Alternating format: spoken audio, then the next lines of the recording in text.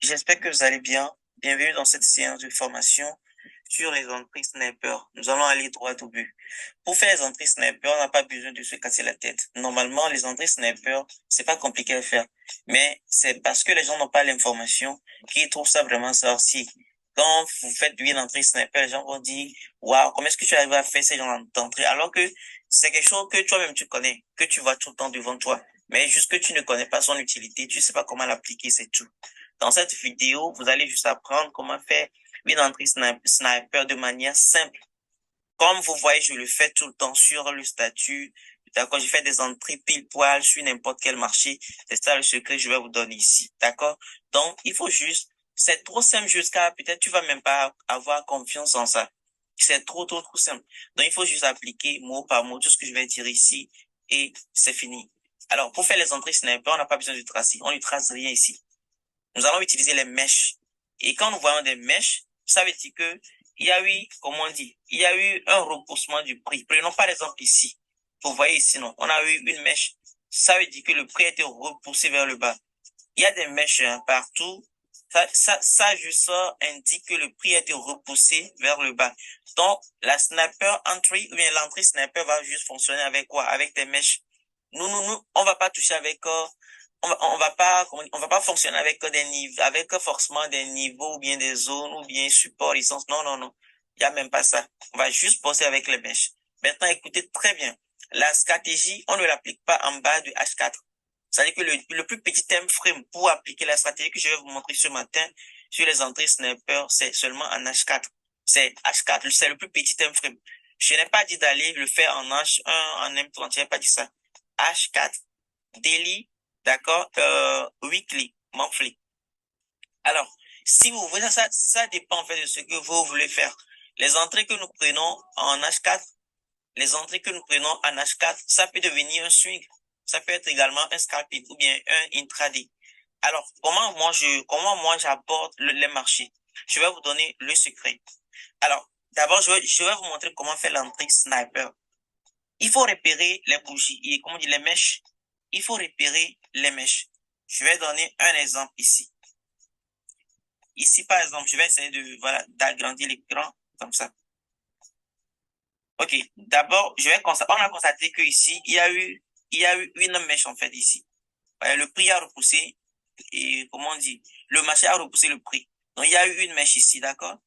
Entre-temps ici, il y a eu aussi de petits mèches et tout, d'accord? Il y a eu une mèche noire ici, voyez non? Une mèche ici.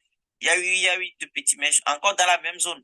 Et troisièmement, il y a eu encore une mèche. Maintenant, avant de considérer les mèches, il faut au fait qu'on retrouve deux mèches. Une, deux mèches. Donc, troisième mèche, on suppose que le marché va venir celle sur ça. Là, nous parlons de celle, vous voyez, non? Maintenant, s'il y a eu trois mèches, même quatrième fois, le marché peut encore celle là-bas. Même cinquième fois, le marché peut encore celle là-bas. Mais ce qui est mieux, c'est à partir de deux mèches, il y a plus de chances de doser. Quand tu vois deux mèches là, tu mets, et comment on dit, tu vas juste prendre une en ligne comme ça, une en ligne comme ça. C'est le seul outil que nous allons utiliser dans cette stratégie. Ouais, non, on met ça sur le bout des mèches. Si tu mets sur le bout des mèches, c'est que tu veux faire l'entrée pile poil.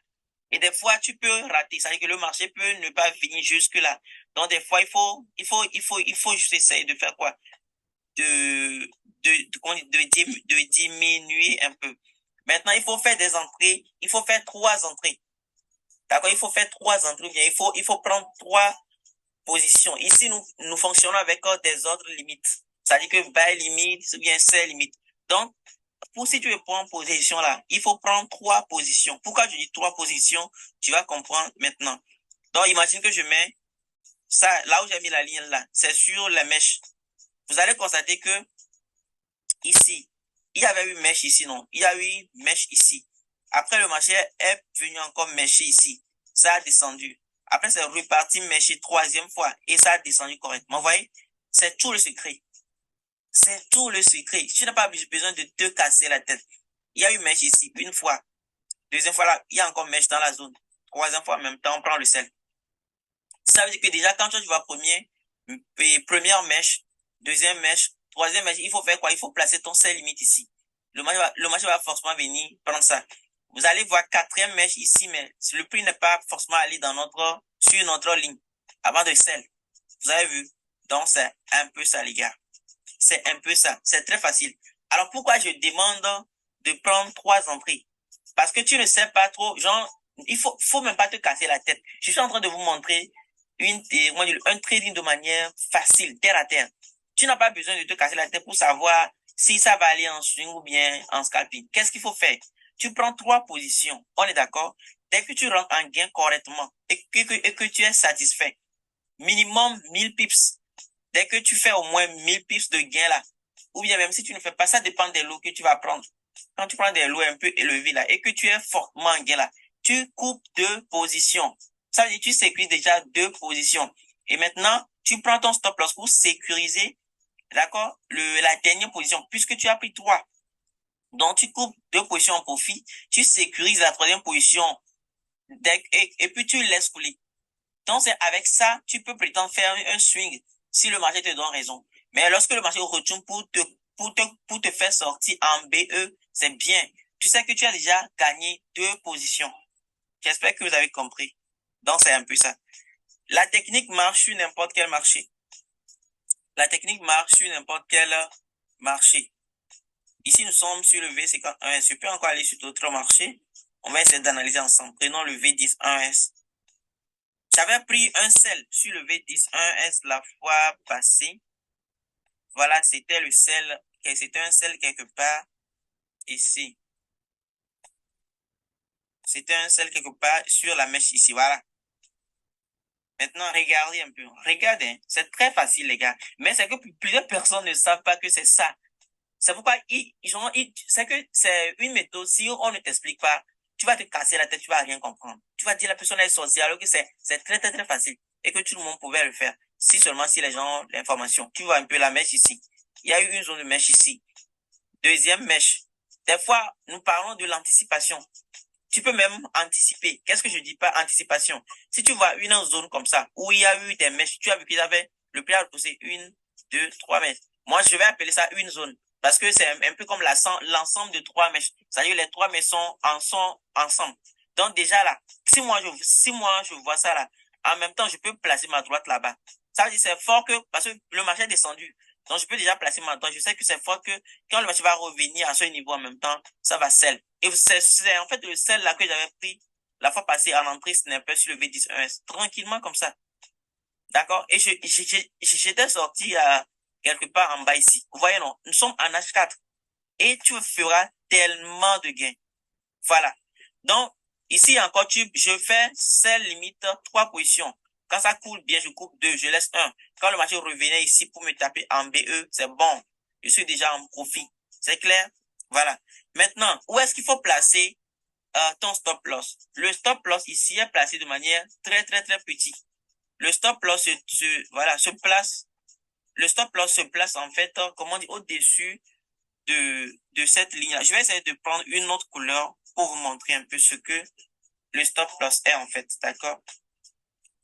Donc, je vais mettre le stop loss ici, au-dessus de la première mèche. Là où j'ai vu l'entrée, bien la première partie où j'ai vu. Donc, le stop loss reste en fait légèrement au-dessus ici. Vous voyez, non? C'est fini, quoi.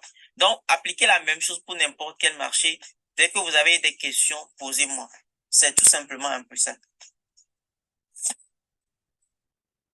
Alors, je vais continuer par expliquer maintenant. Nous allons maintenant prendre des cas de bail. Parce que dans les 2 exemples que j'ai donnés, c'est des cas de sell. D'accord? Donc, pour les cas de bail aussi, c'est la même chose. D'accord? Alors, essaie de respecter les principes à la lettre pour ne pas encore venir poser des questions un peu trop primaires. Vous voyez ici, nous pouvons constater que ici, il y a eu une mèche ici, en bas. D'accord? Maintenant, avant ceci, il y a eu des séries de mèches un peu plus en haut ici. Ça veut dire que le prix maintenant est en train de descendre. Et ça peut venir réaliser sur des mèches ici, ou bien même carrément ici. Donc, qu'est-ce que moi je vais faire? Je peux prendre ma droite. Je vais prendre ma droite comme ça. D'accord? Je place peut-être, je peux placer un buy limit à ce niveau ici. Hein. Vous voyez, un premier buy limit là-bas. Je peux encore placer un deuxième buy limit ici. Vous voyez un peu? Ça veut dire qu'il y a une forte chance que le prix réagit là-bas. Soit sur première mèche ici, d'accord? Soit sur les séances de mèche ici, soit carrément ici. Vous voyez, non? Maintenant, moi, je vais juste attendre que le prix vienne là-bas.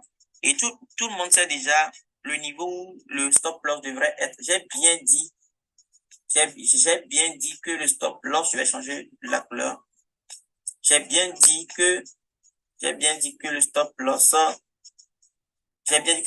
doit être légèrement, d'accord, en bas de la mèche qui est en train de t'inspirer à prendre la position. Donc, vous allez constater que les stop loss sont très petits. Mais quand tu fais des TP, souvent c'est même des swings. C'est ça ce qui est bien avec cette stratégie. Tu n'as pas à tracer une ligne de tendance, tu n'as rien à tracer. Il faut juste repérer les mèches, point final.